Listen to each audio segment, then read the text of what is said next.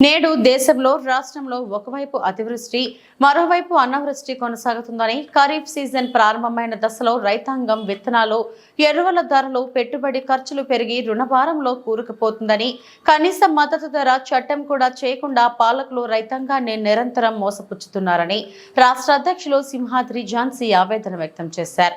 రైతాంగ సమస్యలపై ఆందోళనకు రాష్ట్ర రైతు కూలీ సంఘం పిలుపునిచ్చింది. ఈ రోజు విజయవాడ ప్రెస్ క్లబ్ లో జరిగిన పాత్రికేయుల సమావేశంలో ఝాన్సీ మాట్లాడుతూ రాష్ట్రంలో 15 లక్షల మంది కౌలు రైతులు ఉండగా కేవలం 50,000 మందికి మాత్రమే రుణాలు అందుతున్నాయన్నారు. కేంద్ర రిజర్వ్ బ్యాంక్ ఏ విధమైన పుచ్చికత్తు లేకుండా 1,50,000 రుణాలను నేరుగా కౌలు రైతులకు మంజూరు చేయాలని స్పష్టంగా పేర్కొంటున్నా అధికారంలోకి వచ్చిన ప్రభుత్వాలేవి అమలు చేయటం లేదని తెలిపారు. తక్షణమే రాష్ట్ర ప్రభుత్వం కౌలు రైతులను గుర్తించి వారికి నేరుగా రుణాలను అందించాలని డిమాండ్ చేశారు.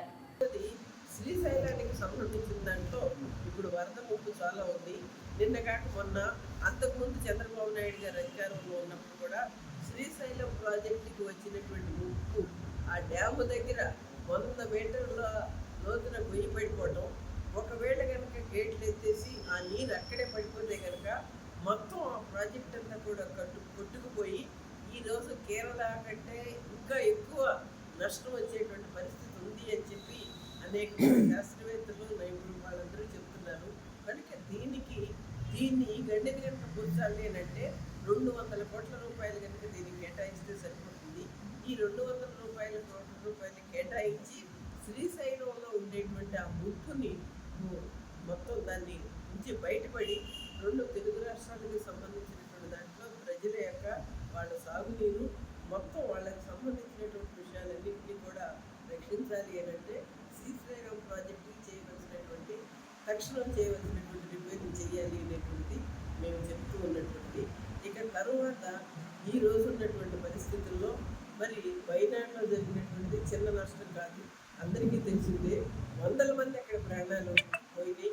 ఆ 100 మంది ప్రాణాలు పోవటానికి కారణం కేంద్ర పాలకులు వ్యవహరిస్తున్నటువంటి పర్యావరణాన్ని అనేటువంటి దాన్ని ఏమాత్రం పరిగణలో తీసుకోకుండా సిల్వర్ లైన్లని మొత్తం స్పీడ్ ట్రైన్స్ అని రకరకాలైనటువంటి పద్ధతుల్లో కొండ ప్రాంతాన్ని ఇష్టమించినట్టు తగ్గివేసినటువంటి పంటంటే ఆ పర్యావరణం ఈ విధంగా తిరగబడి మానవాళికి శాపమయ్యి ఈరోజు 100 కోట్ల మందిని అది పట్టున పెట్టుకునేటువంటి పరిస్థితి ఉంది. దీన్ని ఒక హెచ్చరికగా తీసుకుని హిమాచల్ లాంటి ప్రదేశంలో పరిస్థితి కానీ లేకపోతే కేరళలో ఉండేటువంటి పరిస్థితి కానీ అది అలాంటిది మళ్ళీ ఎక్కడా కూడా భారతదేశంలో పునరావృతం కాకుండా తీసుకోవాల్సినటువంటి పర్యావరణకు సంబంధించినటువంటి జాగ్రత్తలన్నీ తీసుకోవాలని చెప్పి మేము విజ్ఞప్తి చేస్తున్నాం. ఇంకా పునరావాస సమస్యల మీద వీటి మీద మా కామ్రేడ్స్ మాట్లాడతారు.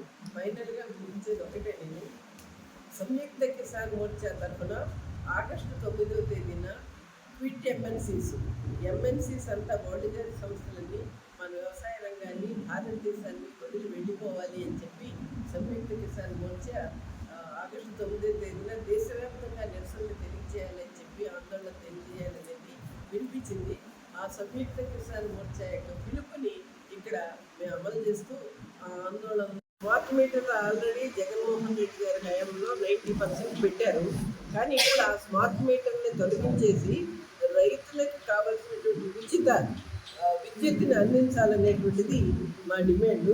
అట్లాగే గుంటూరుకు సంబంధించినటువంటి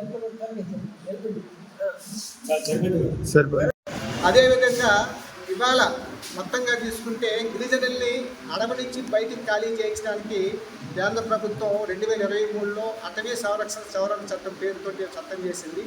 మరి వాళ్ళ రాష్ట్ర ప్రభుత్వం వైపు నుంచి కూడా ఇవాళ డబుల్ ఇంజిన్ సర్కార్ కాబట్టి ఈ ప్రభుత్వం గిరిజనుల పక్షాన రేపు మార్చి 9వ తేదీన ఆదివాసీ దినోత్సవం జరుపుతుంది రాష్ట్రం మొత్తం మీద.